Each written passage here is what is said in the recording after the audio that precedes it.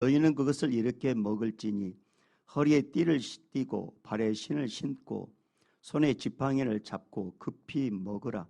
이것이 여호와의 유월절이니라.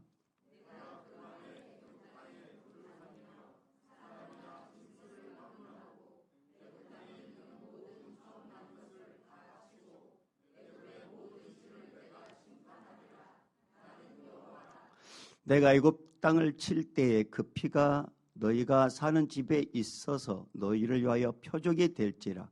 내가 피를 볼 때에 너희를 넘어가리니 재앙이 너희에게 내려 멸하지 아니하리라. 너희는 이 날을 기념하여 여호와의 절기를 삼아 영원한 규례로 대대로 지킬지니라. 아멘. 우리 자리에 앉겠습니다. 우리 또 한 주간 이렇게 잘 보내셨는지 또 이렇게 서로 마음을 모아서 서로 축복하겠습니다. 잘 되고 있습니다. 기도하면 더 잘 됩니다. 하나님이 아십니다. 행복하세요. 제가 누누이 하는 말이지만 우리 안에 예수의 영, 성령님이 계십니다. 성부, 성자, 성령님은 창조주시고 전능자시고 능력자셔요. 우리 안에 계신 성령님은 우리 입을 통해서 선포하는 대로 역사하셔요. 그래서 민수기 14장 28절 말씀 보면 너희 말이 내 귀에 들린 대로 해주겠다. 이렇게 말씀하셨어요. 너희 말이 내 귀에 들린 대로 해주겠다. 그래서 여러분 이제 우리가 입을 열어서 이렇게 말을 할 때는 항상 이렇게 믿음의 말을 하셔야 됩니다. 믿음의 말. 우리의 귀에 들린 대로 해주신다고 말씀하셨으니까 안 된다, 죽겠다 그러면 정말 그런 일이 생겨요. 그러나 안 될 것 같음에도 불구하고 주님이 함께 하시면 된다. 주님이 역사하시면 된다. 우리 아이들 보면 소망이 안 보이잖아요. 그렇죠? 막막하잖아요. 그런데 이 애들도 주님 거예요. 그러니까 예수님 만나면 이 애도 주님 나라에 크게 쓰임 받는다. 그렇게 믿음으로 선포하셔야 돼요. 믿음으로. 아셨죠? 그래서 그렇게 믿음으로 선포하기를 좀 축복합니다. 자, 그래서 여러분께 우리가 기도를 듣다 보면 주님께서 너희 입을 통해서 예언의 말이 탁 나갈 때가 있어요. 자기 자신을 기도하다 보면. 그리고 자기의 말을 통해서 주님은 또 예언의 말을 하시거든요. 그래서 지금 상황은 많이 힘들 것 같아. 지금 상황은 막 이렇게 막막해. 근데 주님께서 이게 갑자기 나에게 믿음을 주셔가지고 이렇게 선포하는 거죠. 주님이 도와주셔서 잘 되고 있다고.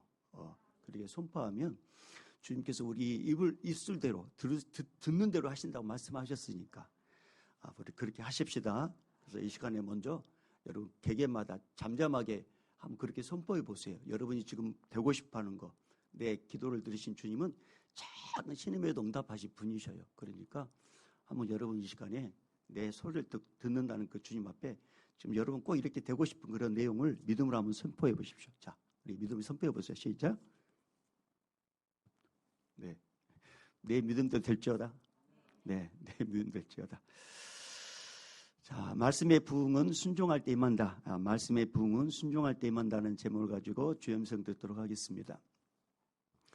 다니엘 기도 이렇게 유명한 오륜교회 있지 않습니까? 오륜교회. 우리도 이렇게 해년마다 21일 동안 다니엘 기도에 참여하는데 이 다니엘 교회 기도에 이렇게 주관하는 오륜교회 은퇴 목사님이 이제 김은호 목사님이십니다. 김은호 목사님. 이 김은호 목사님께서 은퇴하시고 나서 책을 한 권 쓰셨어요.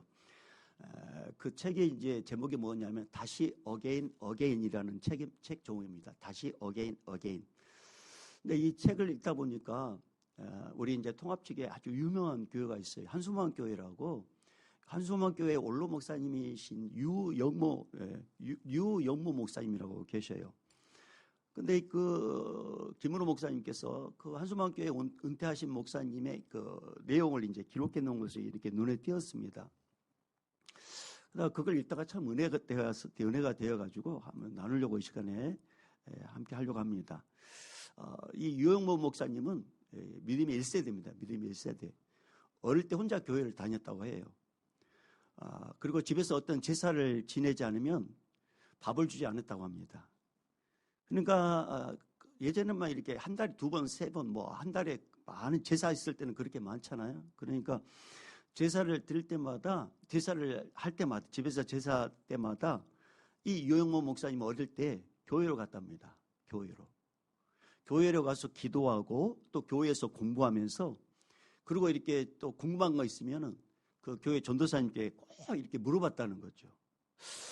여러분, 여러분의 마음이 가 있는 곳에 여러분의 생각이 있는 거예요. 여러분 지금 어느 곳에 자주 가 있느냐 보면 그곳에 여러분 마음이 있는 거예요.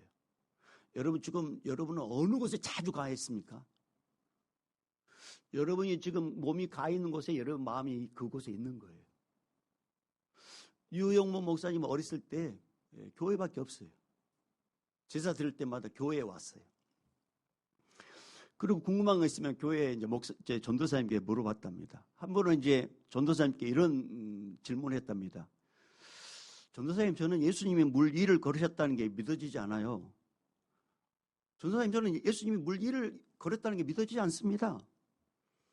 그러자 전도사님께서 이렇게 대답을 하더랍니다. 야, 예수님은 하나님의 아들이지 않니? 하나님의 아들이 물에 빠지면 그게 이상하지 않니? 이렇게 대답을 했다는 거죠. 하나님의 아들인데 하나님의 아들이 물에 빠지는 게 이상하지 않니? 또 한 번은 이렇게 질문했답니다. 전도사님, 떡 5개와 물고기 2마리로 5,000명, 2만 명을 먹였다고 하는데, 아이, 그게 말이 됩니까? 그러니까 전도사님 꼭 이렇게 또 대답했답니다.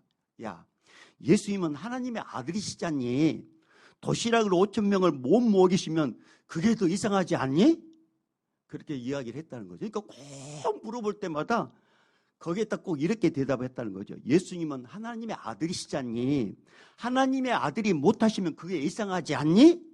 이렇게 대답을 하더라는 거죠. 그러니까 그걸 계속 듣다 보니까 이게 믿음이 생긴 거예요. 아, 그렇지. 예수님은 하나님의 아들이시고 하나님이시지. 그분은 무엇인데 할 수 있지. 그러면서 믿음이 확 생기면서, 그러면서 이제 그 몸을 이제 주님께 이제 드리게 됐다는 것이죠. 그런 내용이 이제 책에 딱 적어져 있었습니다. 제가 그 내용을 다 읽으면서, 아, 우리 성도님들 가운데서도 저마다 이렇게 궁금증이 있을 것 같다. 남자든지 여자든지, 어린애든지, 늙은 어르신들 간에 분명히 뭔가 질문거리가 있을 것 같다. 염려거리가 있을 것이고, 걱정거리가 있을 것이고, 심장을 쪼이게 만들고 가슴을 아프게 하는 어떤 문제 때문에 도대체 왜 나에게 이런 일이 생겼을까? 도대체 왜 주님은 침묵하실까? 뭐 때문에 그럴까? 그런 궁금증을 가지고 있는 우리들에게 주님께서 이제 이렇게 대신 저희 입을 통해서 이렇게 대답을 해달라고 이렇게 저에게 감동을 주셨어요. 그 감동이 뭡니까? 예수님은 하나님의 아들이신데 하나님의 아들이 그 일을 못하시면 그게 이상하지 않습니까? 예수님은 하나님의 아들이신데, 예수님은 하나님이신데 여러분이 염려하고 여러분이 근심하고 여러분 걱정하는 거, 그걸 해결하지 못한 거, 그러면 이상하지 않습니까? 그분이 우리 하나님이신데. 사랑하는 여러분, 우리 예수님 하나님이십니다. 내가 예수님께 내 인생의 궁금증, 여러분의 목회자는 밀어내고 무시해서 여러분의 속신하게 대답해 줄 수는 없어요. 그러나 우리 예수님이 살아계십니다. 여러분이 궁금증이 있거나 여러분이 뭔가 알고 싶거나 여러분이 어떤 인생에 문제가 있다면 꼭 이렇게 주님께 물어보세요. 주님, 무슨 일입니까? 무엇을 저에게 알려주시길 원하십니까? 그렇게 기도하고 주님께 맡기면 여러분, 그때부터는 내 인생의 문제가 누구 것으로 바뀌게 되냐면 예수님 것으로 바뀌게 됩니다. 예수님 것으로. 그리고 예수님께서 해결해 주셔요. 여러분, 참 저는 안타까운 게 뭐냐면 주님께서 말씀하셨잖아요. 기도하라고.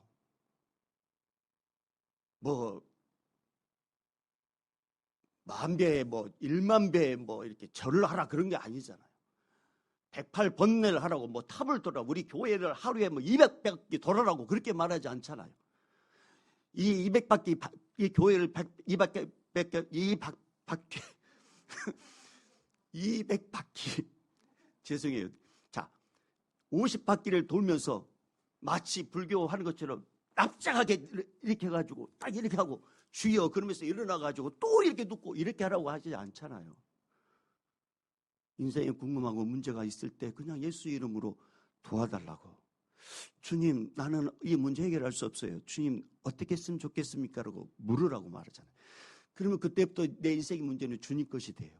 주님 것. 저는 참 이 말을 좋아합니다. 어떤 말이냐? 내가 일하면 그 일은 내 일이 돼요. 자, 내가 일하면 그 일은 내 일이 되지만 내가 주님께 기도하면 그 일은 주님이 하십니다. 내 일을 내가 하면 그건 내가 해야 돼요. 근데 내 일을 주님께 맡기면 주님이 내 일 해주셔요. 이것을 기도로 이렇게 접목하면 내가 내 일을 위해서 애를 쓴다면 그건 나의 애씀으로 다가오지만 내가 인생의 문제를 주님께 기도하면 그때 예수님께서 내 일 대신해 주십니다. 이것을 여러분 삶으로 잘 적용하기를 원하셔요. 주님이. 왜? 우리 예수님은 하나님이시잖아요. 예수님이 아무것도 하지 못하는 그게 이상하지 않잖아요. 그러나 여러분 예수님 무슨 일이든지 할 수 있습니다. 무슨 일이든지. 이걸 우리 주님께서 여러분 경험하기를 원하셔요. 경험하기를.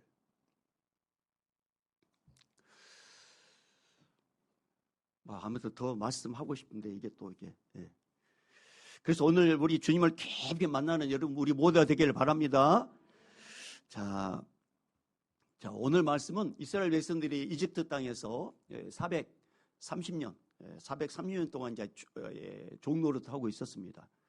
처음부터 이스라엘 백성들이 그런 자리가 아니었어요. 그런 존재가 아니었어요.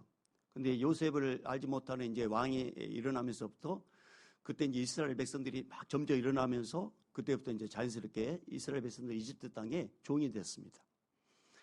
태어나니까 종이 된 거죠.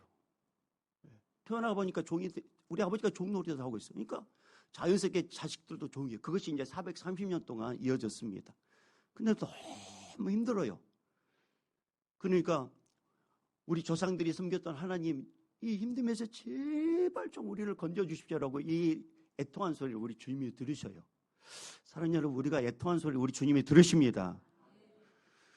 그냥 뭐 거창하게 기도 잘한다고 해서 우리 주님이 듣는 게 아니라 그냥 외마디로 주여 그냥 한마디 그것도 우리 주님은 다 깨달아 보시는 분이셔요. 그래서 그들을 이제 해방시켜 주시기 위해서 모세를 보내요. 그리고 모세를 통해서 이제 10가지 재앙을 내리도록 하시는데 9가지 재앙을 내렸음에도 불구하고 이집트 바로 왕은 이스라엘 백성들을 해방시키지 않습니다. 그러니까 이제 마지막 10번째 재앙이 뭐냐? 모든 첫 것을 다 죽이는 일이에요. 이 이집트 땅에 있는 모든 첫 것을 다 죽이는 일입니다. 근데 이 이집트 땅에 있는 고센 땅에는 이스라엘 백성들이 있어요. 이스라엘 백성들에게는 특별히 이 마지막 재앙 때 사는 방법을 가르쳐 주셔요. 그 사는 방법이 뭐냐면 흠없고 점없는 어린 양을 잡아서 이스라엘 백성들이 기거하는 그 집에 그 피를 어린 양을 잡아서 피를 양푼에 받아가지고 그리고 이렇게 문인방과 문설주에 피를 바르고 그 안에서 그 피를 바른 그 집 안에서 그 양고기를 구워서 먹고 그리고 먹을 때 완전히 이제 급히 떠날 수 있도록 옷을 허리띠를 메고 그 신발 신고 그 다음에 지팡이를 짚고 급히 먹으라 떡을 급히 먹으라고 그렇게 말씀합니다. 그러면서 이제 계속 말씀을 보면 이 죽음의 재앙이 지나가는 아침까지 절대로 이 집을 떠나서는 안 된다 그렇게 말씀하셔요. 여러분 우리는 여기서 한 가지 좀 이렇게 궁금증을 한번 툭 던져봐야 돼요. 여러분 하나님은 전능하신 분이시잖아요. 지금까지 이집트 땅 9가지 재앙을 내렸을 때 이스라엘 백성들이 기거하는 이 고센 땅에는 재앙이 임하지 않았어요. 재앙이. 근데 마지막 재앙을 지금 이렇게 남아있는데 이 마지막 재앙도 고센 땅, 우리 하나님은 고센 땅이라는 곳에 이스라엘 백성들이 기거하 있는 것을 알고 있어요. 그러면 이 고센 땅만 놔두고 그냥 이집트의 모든 장자를 딱 죽여도 되잖아요. 굳이 번거롭게 어린 양을 잡으라. 어린 양을 잡아가지고 피를 양푼에 담아가지고 우슬초로 문인방과 물설주를 발라라. 그리고 너희 집에 있으면서 거기서 뭐 구워서 먹어라. 아침 일찍 떠날 수 있도록 준비하라. 굳이 이렇게 번거롭게 말씀하신 이유가 뭘까요? 아니 주님은 전능하시기 때문에 굳이 피를 안 바라도 이스라엘 백성들이 누군지, 이집트 백성이 누군지 다 알고 있을 것인데 왜 굳이 피를 발라라? 너희는 그렇게 있어라? 아니 왜 그렇게 말씀하실까요? 우리 하나님이 전능하신 분인데 아니 이집트 백성과 이스라엘 백성을 구별하지 못해서 그랬을까요? 아니 담벼락을 넘어서 인간의 마음속까지 다 깨뜨려 보신다고 하신 분이 어린 양의 피를 보면 내가 죽음의 사자를 넘어가겠다, 그러면서 굳이 어린 양의 피를 발라라고 하신 이유가 뭘까요? 여러분, 주님께서는 거기에 깊은 의미가 있습니다. 하나님의 말씀에 인간이 어떻게 반응하는가 이해가 되지 않아도, 양이라는 가축을 잡는 손해가 된다 할지라도 하나님의 말씀이라면 너의 생각을 내려놓고 전적으로 순종하는지 아닌지를 보고 싶어서 그런 거예요. 그만큼 인간은 이해가 되지 않으면 순종하기를 꺼려하고, 그만큼 인간은 자기 인생에 손해가 될 것 같으면 절대로 순종하지 않는 게 우리 인간입니다. 근데 여러분, 우리 인간이 처음부터 그렇게 바뀐 게 아니었어요. 이 땅에 왜 죄가 들어왔습니까? 왜 우리가 다 이렇게 재고 손해가 될 것 같으면 안 하고, 그냥 뭔가 주님께서 뭔가 복을 주고 싶어서 뭔가 말씀하시면은 그게 나에게 뭔가 짐이 될 것 같으면 안 하는 존재, 왜 우리가 이렇게 변질됐을까요? 우리 인간 아담과 하와가 불순종한 결과로 그렇습니다. 에덴 동산에는 각종 나무의 실과는 임의로 먹어라. 그러나 에덴 동산에 있는 생명나무와 선악과 나무가 있는데 생명나무의 열매는 너가 먹어도 되지만 선악을 알게 하는 이 열매는 먹으면 안 된다. 이걸 먹으면 너 죽는다라고 했어요. 그런데 인간이 하나님처럼 될 수 있다는 사탄의 유혹에 넘어가 기어이 선악을 알게 하는 선악과를 따서 먹습니다. 하나님의 말씀에 불순종한 결과로 이 땅에 죄가 들어왔고 인간은 죽게 되었어요. 하나님의 말씀에 불순종한 인간은 이제는 사탄의 종이 됩니다. 사탄의 종. 그리고 인간들끼리 뭔가 이야기해도 믿지 못하고, 정말 선의의 마음으로 뭔가 잘 되기를 원하는 마음으로, 선의의 마음으로 내가 뭔가 주고 싶어서 이렇게 해봐라고 하면은 그것을 받아들이지 않아요. 여러분, 우리 최근 뉴스거리에 보면은 참 너무 안타까운 게, 우리가 이제 도방 전도해 가지고 학교 앞 전도를 갔을 때는요, 아이들 이렇게 집에 갈 때마다 붙잡고 복음 전도하고 예수를 전한 일이, 이 코로나 터지기에는 그게 아주 자연스러웠어요. 근데 점점 이제 이렇게 이제 전도도 못 하게 되고, 아이를 붙잡고 뭔가 복음을 전하려면 뭘로 착각하냐면 유괴한다라고 착각을 해요.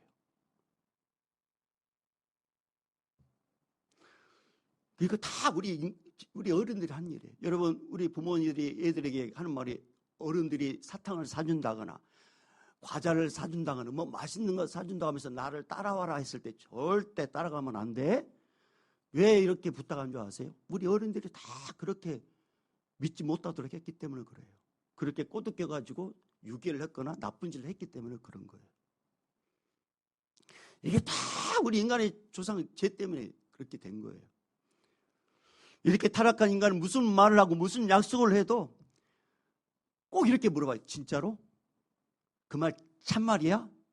그리고 심지어 참기름 병에다가 거기다 단어 하나 더 붙이잖아요. 진짜? 참기름이라고. 이렇게 믿지 못하는 그런 존재가 되고 말았습니다.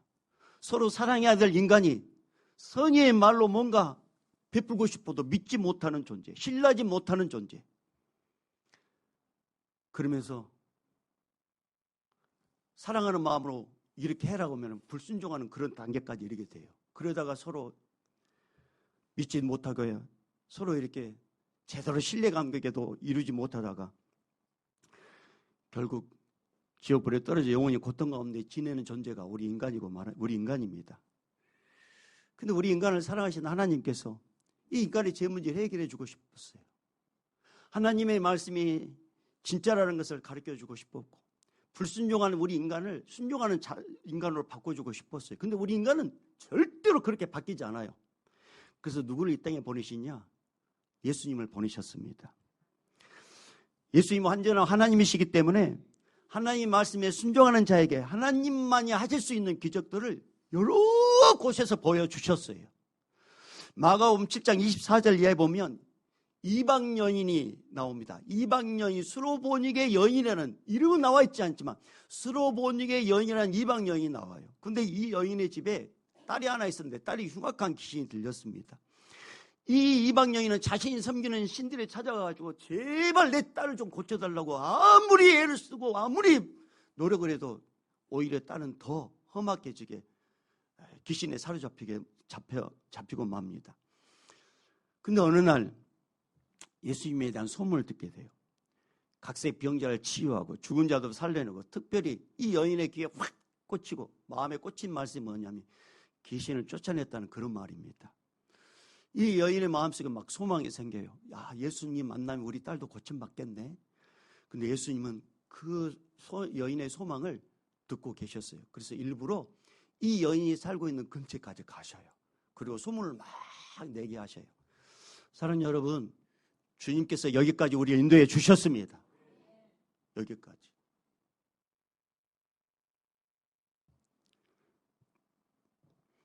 이 여인이 예수님께서 가까이 왔다는 말을 듣자마자 거두절미하고 예수님께 찾아갑니다. 그리고 발 앞에 무릎을 탁 꿇습니다. 그리고 사정을 이야기해요. 예수님, 내 딸이 흉악한 귀신이 들렸습니다. 제발 좀 고쳐주세요. 이때 예수님께서 참 이렇게 마음 아픈 말씀하셔요. 자녀의 떡을 취하여 개들에게 던지기 마땅치 않다. 개취급을 한 거예요. 웬만한 여자 같으면 자존심 건드리는 일이죠. 나를 개취급한다고. 그런데 이 여인은 이렇게 대답합니다. 주님, 옳습니다. 상 아래의 개들도 아이들이 먹던 부스러기를 먹지 않습니까? 저는 개입니다. 저는 개입니다. 그러니 부스러기 은혜라도 좀 주십시오. 이때 예수님께서 이렇게 말씀하셔요. 마가복음 7장 29절에 돌아가라. 귀신이 내 딸에게서 나갔느니라. 자, 이 말을 듣고 여인이 어떻게 반응한 줄 아십니까? 곧바로 29절 30절에 이렇게 반응합니다. 여자가 집에 돌아가 본즉 주님께서 돌아가라. 귀신이 내 딸에게서 나갔느니라. 그러면 징조를 보여주세요. 그걸 믿을 수 있는 뭔가 징조를 보여주세요. 아니 뭐 저에게 막 가슴을 뜨겁게 해주신다거나, 아니면 뭐 갑자기 뭔가 이렇게 뭐 나에게 뭔가 이렇게 내가 알 수 있도록 뭔가 징조를 보여주세요. 그렇게 요구하지 않고 주님의 말씀대로 그대로 순종해 집으로 갔습니다. 그래도 놀라운 일이 생겼어요.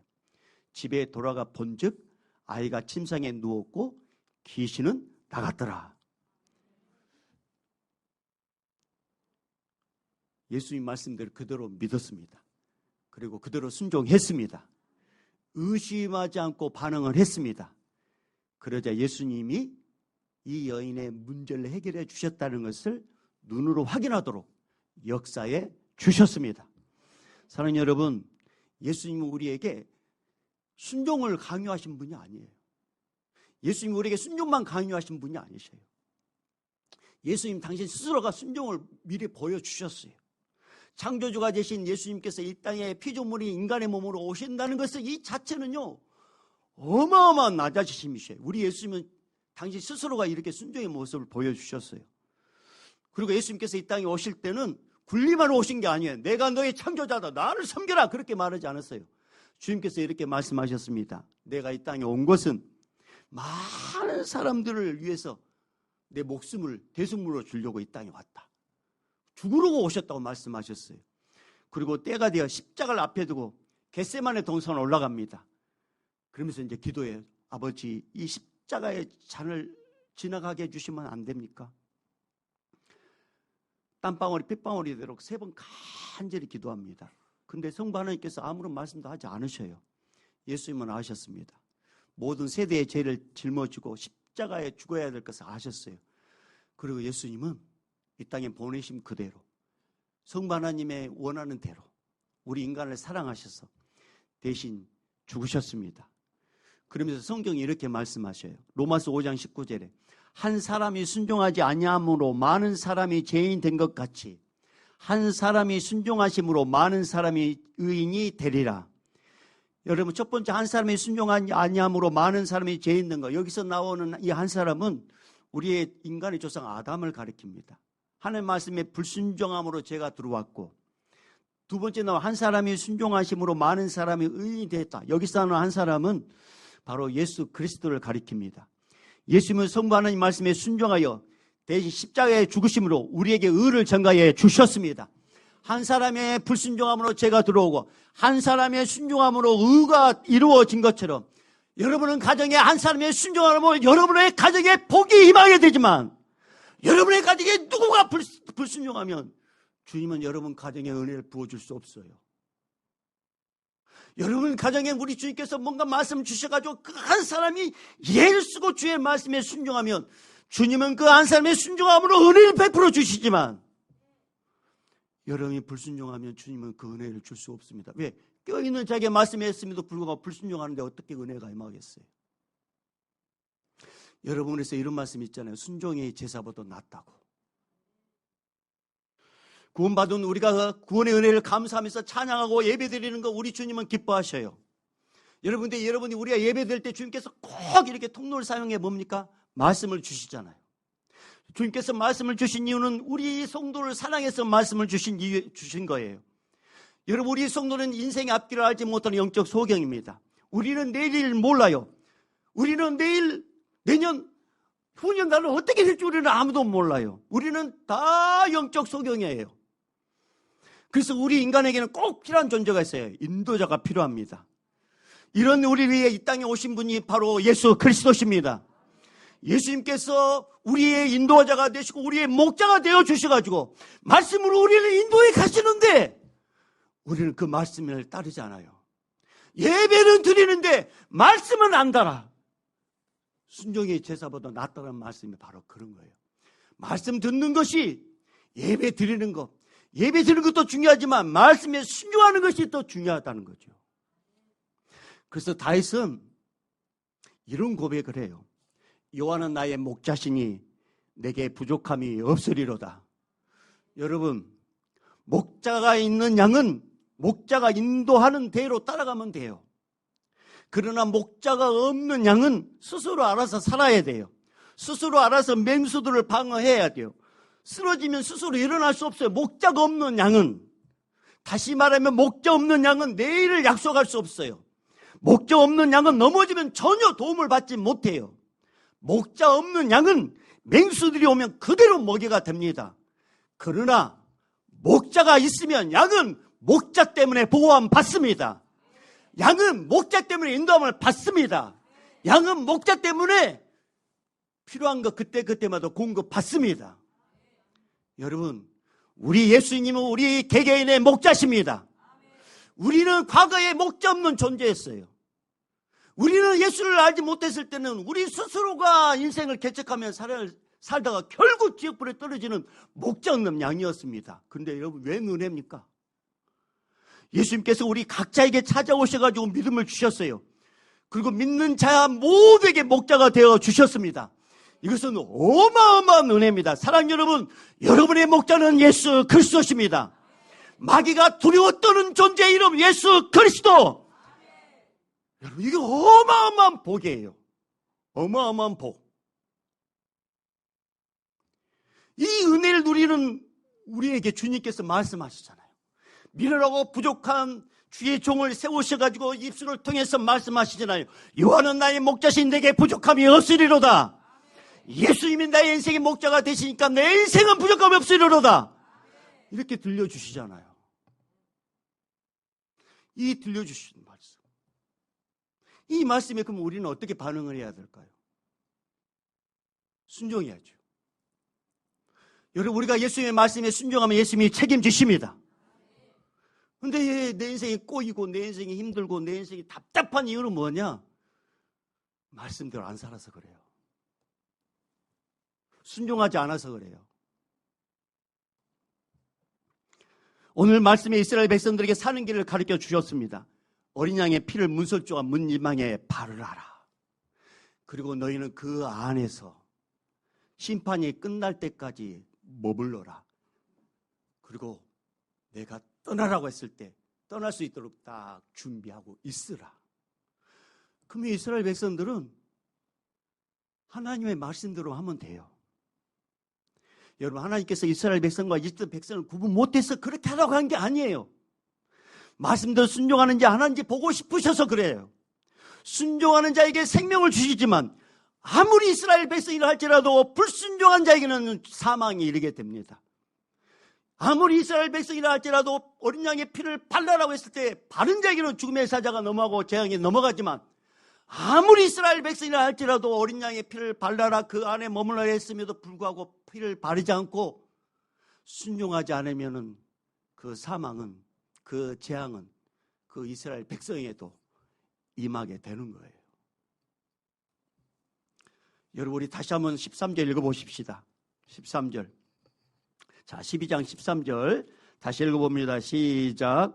내가 애굽 땅을 칠 때 그 피가 너희가 사는 집에 있어서 너희를 위하여 표적이 될지라. 내가 피를 볼 때 너희를 넘어가리니 재앙이 너희에게 내려 멸하지 아니하리라. 아멘. 여러분, 이 어린 양의 피는 신약의 누구를 상징하느냐? 예수 그리스도의 피를 상징합니다. 세례 요한은 예수님을 향하여 이렇게 외쳐요. 보라, 세상 죄를 지고 가는 하나님의 어린 양이로다. 그래서 하나님의 어린 양이신 예수님께서 이 땅에 오셔가지고 우리 대신 십자가에서 피 흘려 죽으셨습니다. 그리고 3일 만에 부활하셨고, 그리고 이 땅에 40일 동안 계시다가 하나님의 나라에 가시면서 이렇게 약속하셨어요. 내가 거처를 다 예비하면 내가 너희를 데리러 오겠다고 재림을 약속하셨습니다. 우리 인생 언제 끝날지 모르고 주님 언제 오실지 우리는 몰라요. 우리의 모든 생사화복의 주관자는 예수님이시고 우리 인생의 연수가 언제 끝날지는 하나님 아버지만 아십니다. 그러면 그날까지 주님이 오셔서 우리를 데려가든지, 우리 인생 끝날 때 주님이 오셔서 우리를 데려가든지, 아니면 주님이 재림하시고 우리를 데려가든지, 우리는 어디 안에 거해야 되냐? 예수 보혈의 피 안에 있어야 합니다. 예수 그리스도 보혈의 피 안에 우리는 머물러야 됩니다. 절대로 밖을 벗어나면 그때는 우리 도움을 받지 못해요. 그래서 우리가 예수를 믿으면 예수님의 보혈의 피로 예수님의 의를 우리가 전가받아서 우리가 하나님의 자녀가 되고 영생을 복을 받게 되었습니다. 그러나 여러분, 내가 아무리 예수를 믿는다고 하면서도 내가 예수님을 말씀에 순종하지 않으면 마치 그 보혈의 피를 벗어나서 내 의지대로 사는 것과 같아요. 여러분, 하나님의 말씀은 1.1억도 변함이 없습니다. 심판의 재앙이 온 땅에 덮일 때 유일하게 안전한 구역은 피를 바른 그 집 안이에요. 밖이 아무리 화려해도 피가 없으면 죽음입니다. 피를 바른 안쪽에 아무리 초라해도 그 안에 있으면 생명입니다. 여러분, 세상의 사람들은 화려하고 스펙을 자랑하고 무슨 박사급이 많고 어마어마한 부자고 잘 나가요. 근데 여러분, 피가 없는 그 영혼들은 멸망입니다.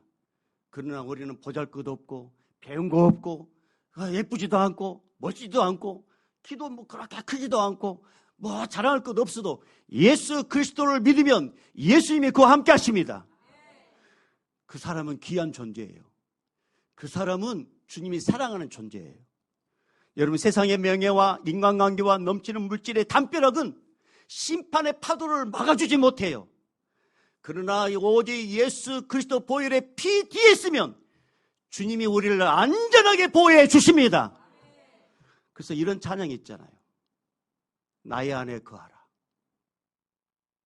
가사를 이렇게 시작합니다. 나의 안에 거하라. 나는 내 하나님이니 모든 환난 가운데 너를 지키시는 자라. 두려워하지 말라. 내가 널 도와주리니 놀라지 말라. 내 손 잡아주리라. 내가 너를 지명하여 불렀나니, 주님이 이렇게 말씀해요. 너는 내 것이라.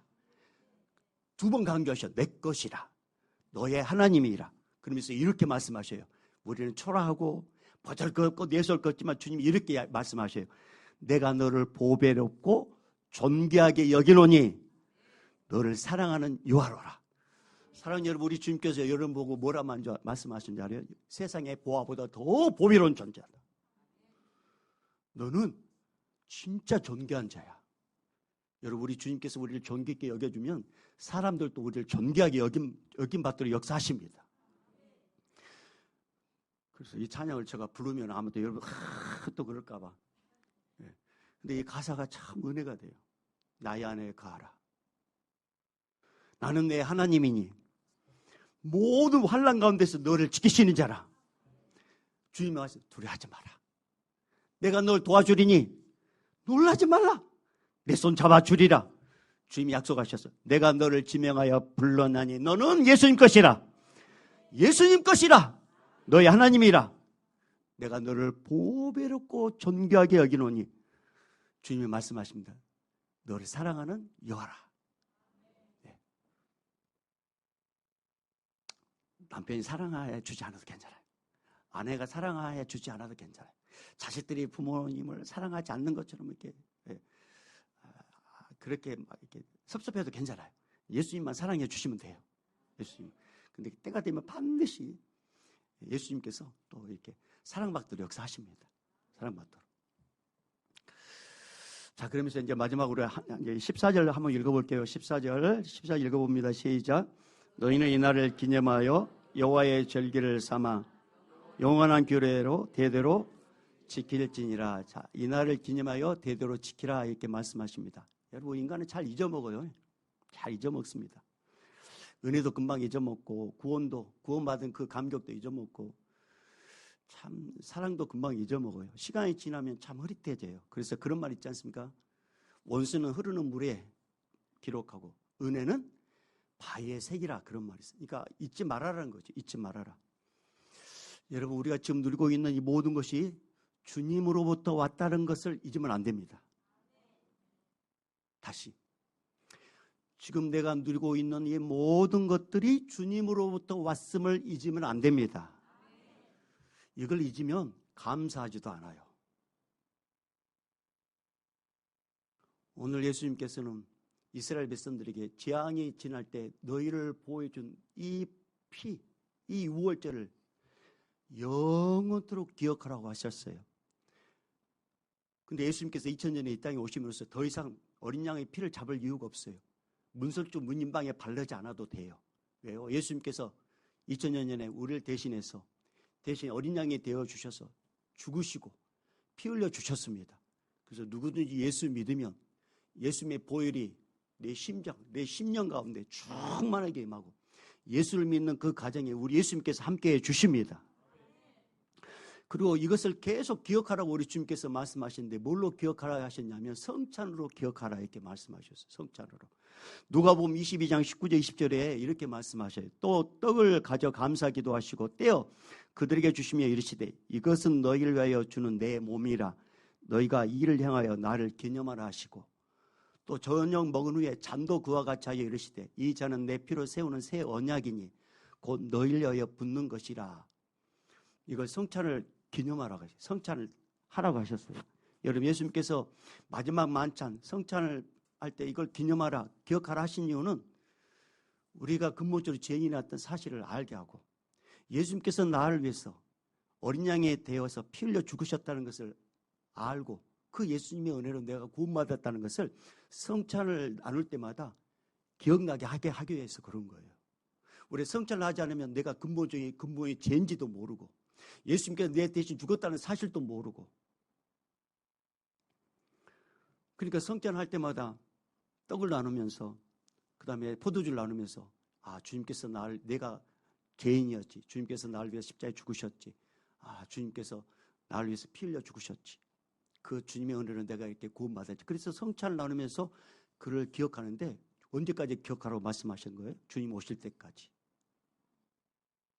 그래서 여러분, 이 성찬은 단순한 예식이 아닙니다. 내 영혼의 문설주에 여전히 예수의 보혈의 피가 선명하게 발라져 있다는 것을 확인시키는 게 바로 성찬이에요. 그래서 여러분, 우리 시간에 이제 성찬을 함께 나누게 될 것인데 이 떡을 먹고 잔을 마실 때 꼭 기억하세요. 나는 죄인이었다. 근데 예수님의 은혜로 내가 구원받았다. 예수님의 의를 전가받아서 난 하나님의 자녀가 되고 영생을 복을 받게 되었다. 중요한 것은 그리고 내 인생의 목자는 예수님이시다. 이것을 떡을 먹고 잔을 마실 때마다 되새기고 알려주시는 거예요. 그래서 오늘 이 시간 이전에 내가 주인 노릇하고 내 인생의 목자를 내라고 생각하고 막 뭔가 했다면 이제 오늘 이 시간에 성찬을 할 때 바꾸셔야 돼. 내 인생의 목자는 예수님이십니다. 그러면 예수님께서 도와주시고 할렐루야 함께 하시고 인도해 주십니다. 그 은혜를 다 누리는 우리 모두가 되기를 주님 축복합니다. 이제는 우리 주 예수 그리스도의 은혜와 하나님 아버지의 극진하신 사랑하심과 성령님의 감화 감동 교통 충만하심이 주가 너 항상 지키리라. 주가 너 항상 지키리라. 주가 너 항상 지키리라. 믿음으로 고백한 모든 믿음의 권속들 머리 위에 이제부터 영원히 있을지어다. 아멘.